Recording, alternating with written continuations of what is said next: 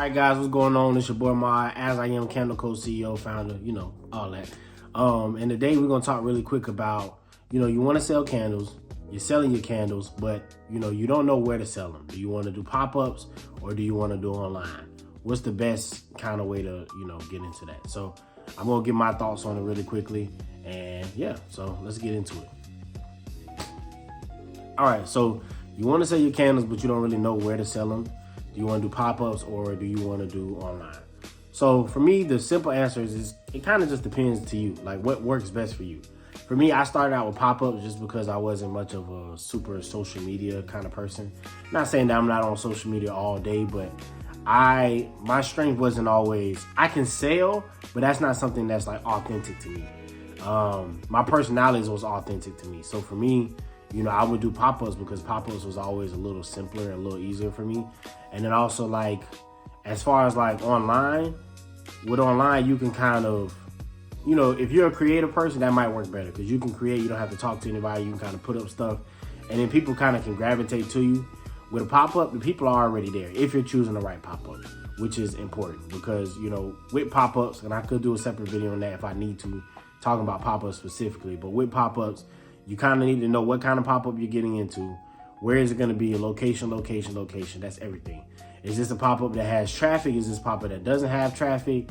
Then you also have to weigh your cost to your, what you can possibly profit as well. Like if the pop-up is cheaper, it might not have as much traffic, but it might help you more because you don't have to have as many sales. If pop-up is super expensive, it might have a lot of traffic, but if you have a lot of other vendors that's gonna be there just like you, then that might not be as helpful. So it's a lot of different factors that you gotta factor in. You gotta factor in, if you're a candle maker, how many other candle makers are there? How many other candle makers make what you make?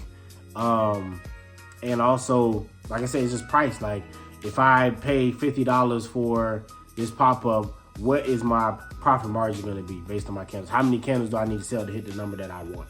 Does that make sense what I'm saying? If it's $100 for this pop-up, how many candles do I need to sell to make, what I want? Do I need to travel for this pop-up? It's a lot of different things you have to factor in. For me, pop-ups was easier because I could pay the money and the people will be there. And I don't think there's a pop-up I've lost on except maybe one, and that was due to bad weather. Now, like I said, it doesn't mean that I made a whole bunch of money, but I either always broke even or always made some kind of profit at pop-ups. So that's why I like pop-ups. As far as social media and things, it doesn't necessarily cost. The only cost that you have is whatever time you're putting into creating your content, creating your visuals, and interacting with people. That, like I said, that wasn't always my strongest thing, but pop-ups have always been, successful for me. Like I said in the video, talking about what I've been doing for the past year, and pop-ups was one of them. Mostly it worked. Now, if you can find a place where you can pop up that people, that's the best place to go. So for me, I was at work, so I could just set up my little booth, set up my table, and I could post, my candles. Sometimes you have office buildings, your office, depending on where you work, they might let you do the same thing. Y'all have vending machines, y'all might have a career day, y'all might have something going on in the office that you might be able to say, hey boss, I do this on the side, can I, set this up? And as long as it's something that isn't competing with the company, or as long as it's something that is, it's something that can't get anybody any trouble, or they don't have to go through this level of approval, then you should be okay. With candles, everybody pretty much loves candles. As long as you're not working for a candle company, or as long as you're not working for something that could cause an issue between the two, I don't see why they wouldn't let you do it. It just depends on what event that y'all have going on, and but there's a lot of people that need vendors, there's a lot of people that need sponsors and different things like that. So that's something to look forward to. Like I said, for me, you could do the pop-ups. Pop-ups was more successful for me just because when I started doing candles, I knew a lot of people, but it wasn't a lot of people where I was stationed at that time. And so in order for me to get more sales, I had to kind of go out there, and pop-ups was easy because people would just come up to me, hey, I like this. Can I get a big one or a small one, or, whatever it is. Like I said, online can be a little tougher because you got to build your presence as you go. But once you build your presence, then you can kind of get consistent sales. For me, in person was always the best. Whether that's people, friends, family, that always worked best for me. And I know sometimes people say you can't expect your friends and your family to support you. it also depends on what you're doing. You know, does that make sense what I'm saying? It depends on what kind of craft you're creating. It depends on, you know, what your business is, what your hobby is. If it's something that they can use or something that they will use a lot of, then yes, they can help. But like I said, it wasn't just friends. Like I had a lot of customers, people that knew me, you know, as the manager of this, you know, this lounge that came in there consistently.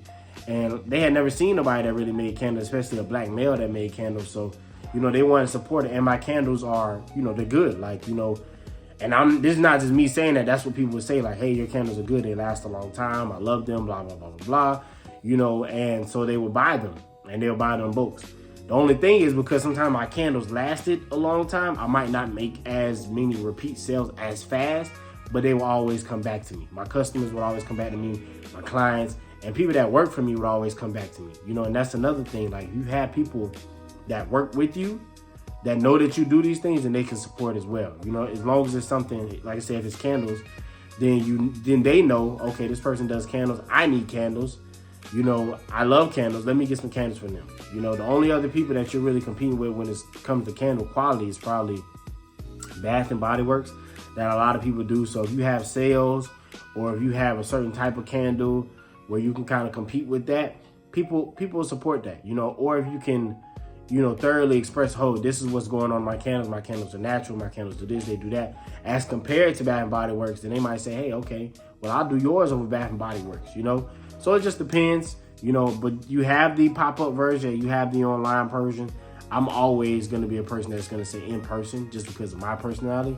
You might be a person that does, you know, online better. If you're a person that's already active on social media, already got a good social media following, already, you know, post TikToks and Facebook and shorts and reels and all that, then that might be good for you too. But the first thing I would say is try to reach out within your community network, especially if you're a candle maker, because people love candles. There's a lot of people that love candles. You just got to kind of reach out and talk to them and see what's going on. So that's my opinion on those two things, pop-ups versus, you know, online sales in person. So any questions, any videos you think I should do, drop a comment below. And as always, like, comment, and subscribe because, you know, that helps the algorithm. Isn't that what every YouTuber says? So till the next time, pop-ups versus online sales, which one's better for you? Which one do you think is going to work for you? Drop it below, and I'll talk to you next time. Peace.